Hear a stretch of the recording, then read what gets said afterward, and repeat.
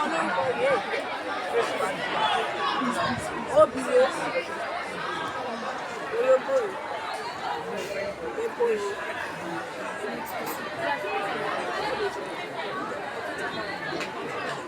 Atare rèé. Ẹja. Ọtí.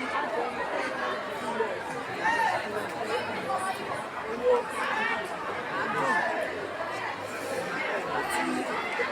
Oyin.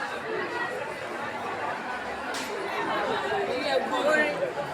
Standard orin.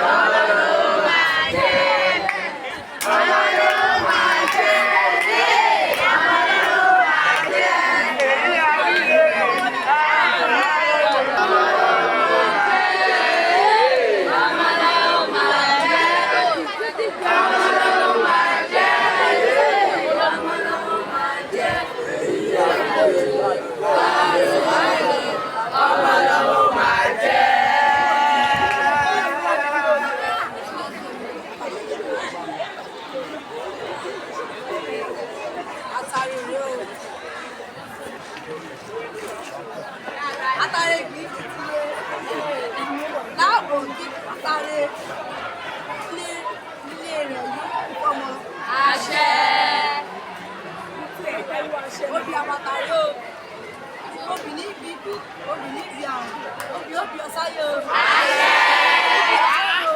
Àṣẹ. Àjẹgbó o. Àṣẹ. Àṣẹ. Orógbó lò.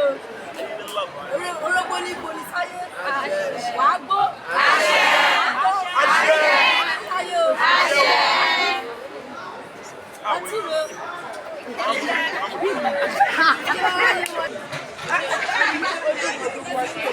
Ọtí rèé o. Ẹni ọtí kì í tí. O ní tí ní ayé o. Níbi ayọ̀ máa gba ọtí.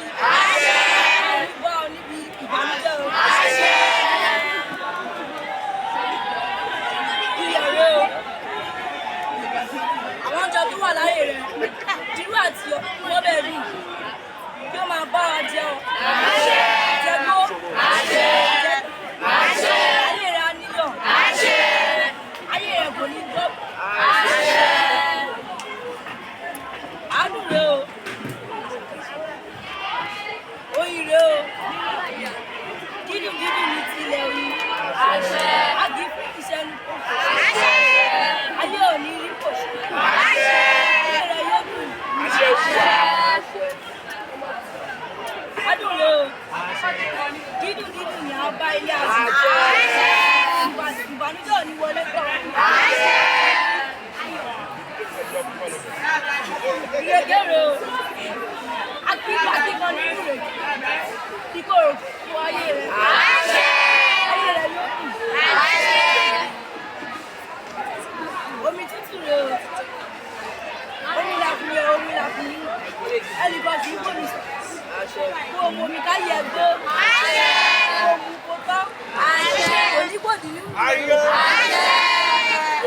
Sì ní pa olórí. Ẹ̀kọ́ bá rèé.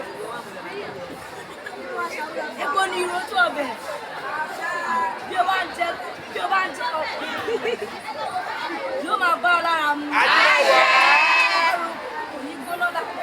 Gbóná ni wọlé tọ̀. Epo ni irú ojú ọbẹ̀. Bí o bá ń jẹ lọ́bẹ̀, arògùn ni kò ní gbóná dalẹ̀. Gbóná ni wọlé tọ̀.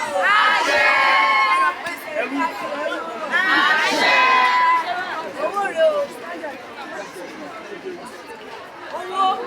Owó ajé, oògùn ìṣọ́, nílò ní tówó, ó lówó fi sáyé o.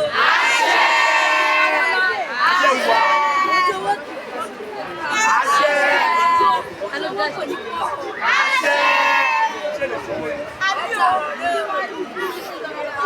Oúnjẹ á wà láyé rẹ̀ o. Àjẹgbó. Àjẹtán. Orí ilé ẹja fi ń dàgbà. Orí ẹ̀wọ̀n kì í ṣe orí kì í fọ ẹja.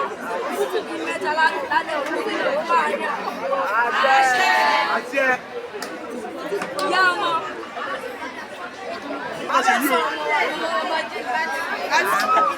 Orúkọ ni wọ́n máa jẹ́. Louder.